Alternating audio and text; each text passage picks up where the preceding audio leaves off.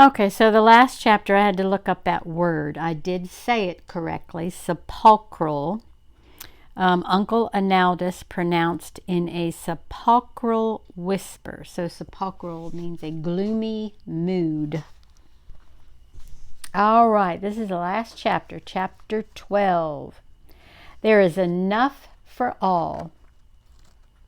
The sun had set, and the gold of the west slowly faded to a cool, clear green.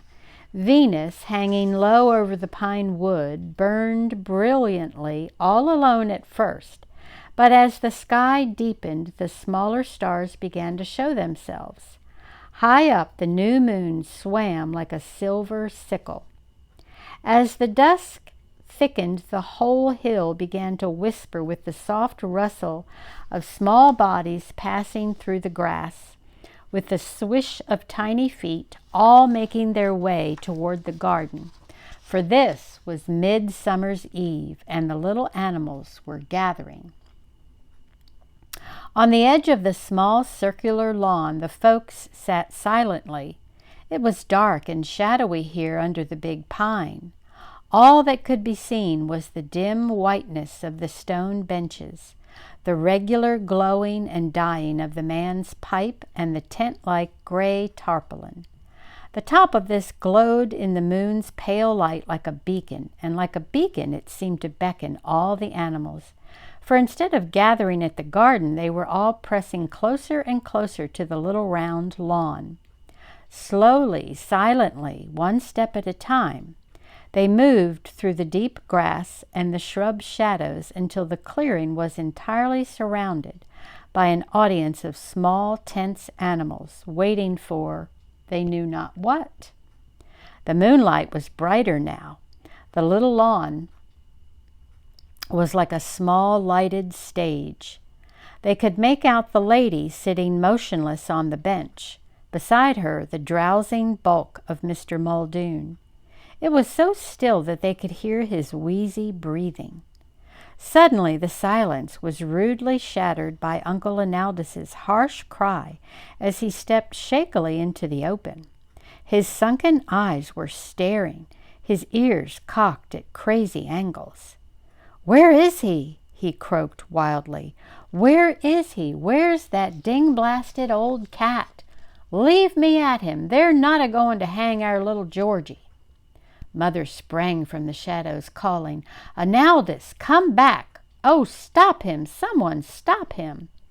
There was a sudden stir in the lady's lap. Then, clear and joyous, little Georgie's voice rang out. "Mother!" it cried. A small form sprang to the ground and sped across the clearing. "Mother, Father, it's me, little Georgie. I'm all well. Look at me, look!" In the bright moonlight, he leaped and cavorted on the lawn, around and across, up and down, over and over.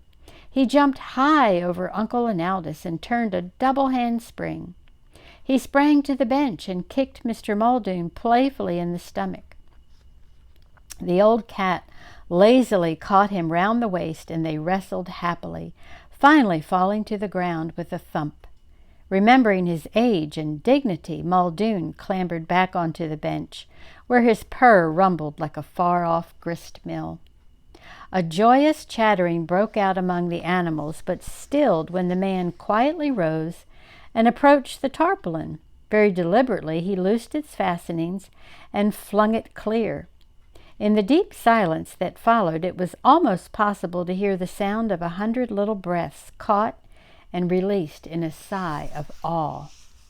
The mole grasped Willie Fieldmouse's elbow. "Willie, what is it?" he whispered. "What is it?" "Willie, be eyes for me." Willie's voice was hushed and breathless. "Oh, Mole," he said. "Oh, Mole, it's so beautiful. It's him, Mole. It's him. The good saint." "Him? Of Assisi?" asked the mole.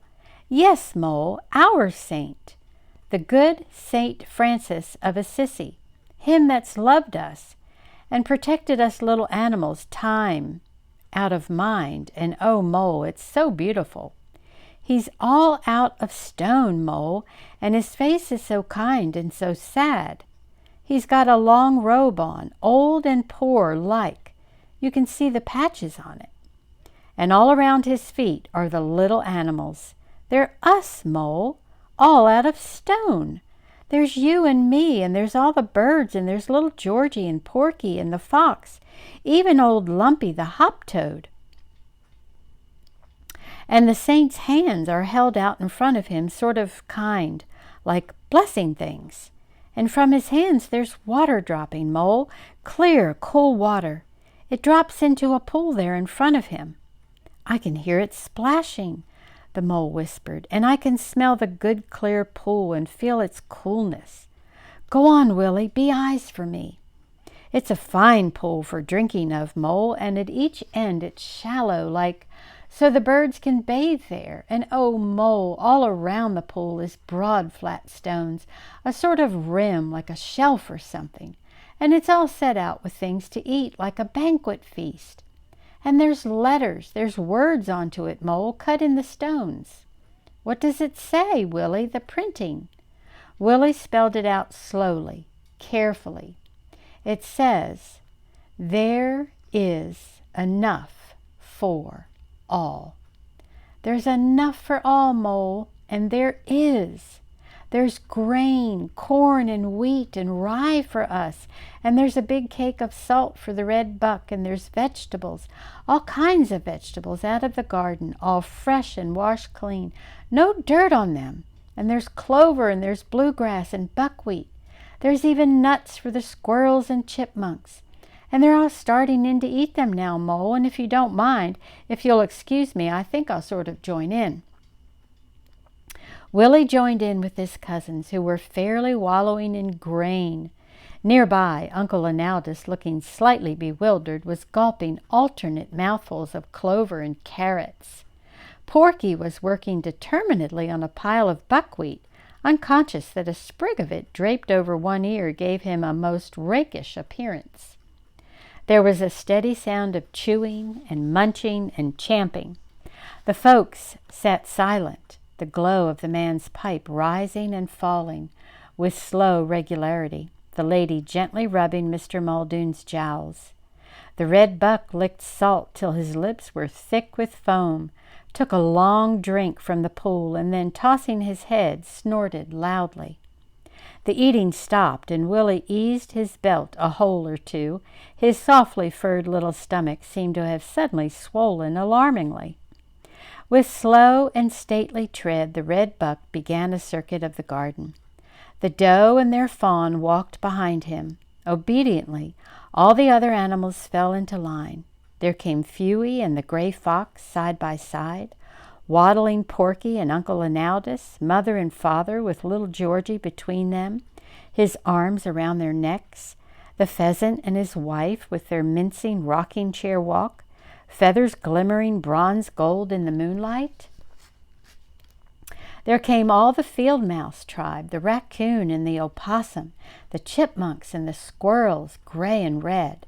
And alongside them, on the very edge of the garden, the quivering and humping of the earth showed the progress of the mole and his 3 stout brothers. Slowly, solemnly, the procession circled the garden until they had all returned to the little lawn where the good saint stood. The red buck snorted again, and all gave attention as he spoke. We have eaten their food, his voice rang out impressively. We have tasted their salt. We have drunk their water, and all are good. He tossed his proud head in the direction of the garden. From now on, this is forbidden ground. His chisel-sharp hoof rapped the earth. Does anyone dispute me? None did, and there was silence, broken at last by the voice of Uncle Analdus. How about them ding-blasted cutworms, he called. They don't know no laws or decent regulations. The mole, who had been a little slower than the rest, leaned his elbows on the earth as he reared up from his just-completed tunnel and turned his blind face toward the sound. We'll patrol, he said, smiling, me and my brothers, night and day, turn and turn about. Good hunting, too. Got 6 on that trip. As the animals resumed their dining, Phoebe and the gray fox suddenly pricked up their ears at a clatter from the grape arbor back of the house. Sophronia's mellow voice echoed up the hill. "Hi, Mr. Skunk," she called. "Come and get it." Eagerly they trotted away into the darkness. The moon was dipping behind the pine wood before the last trace of the feast was cleaned up, and the well-stuffed little animals took their way down the hill. They scattered to their respective homes with gay but sleepy farewells. Mother carried a small market basket on either arm. "Soup tomorrow," she cried happily. "Pea vine and lettuce soup, tomorrow and every day from now on." Uncle Analdus cleared his throat. "If there ain't nobody occupying that there guest room," he announced a little sheepishly, "I might a sort of try it out again for a spell. Porky's a good feller and all that, but that there burrow of his is mighty musty. Yes, sir, mighty musty. And as for his cooking—" "Of course you shall, Uncle Analdus," Mother smiled. "Your room is just as you left it. I've dusted it every day." Little Georgie, running in gay circles, called to Father, "Any new dogs around?" "I understand there is a newly arrived pair of setters up on Good Hill Road," Father answered. "Said to be very highly bred and quite capable. When you have had a few more days of rest and recuperation, we must give them a workout." "I'm ready any time," laughed little Georgie gaily. "Any time at all."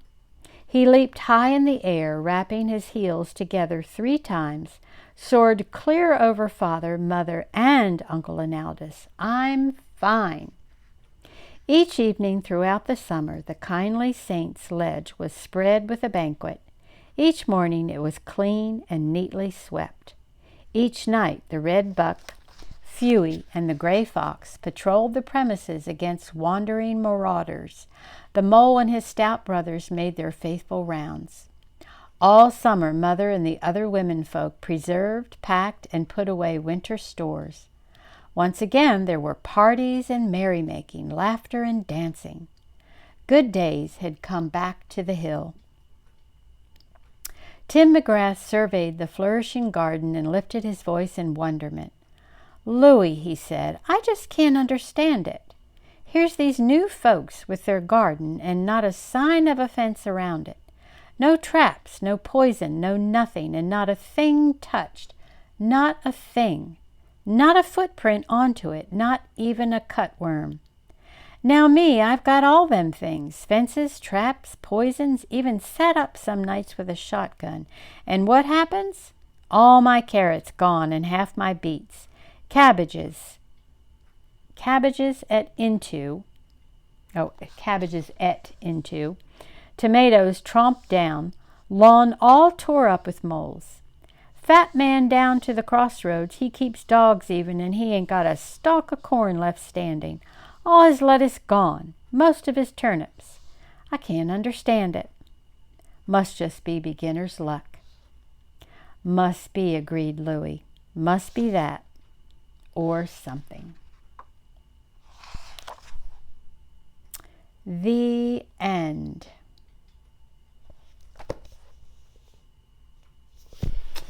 Until the next one, hope you enjoyed it.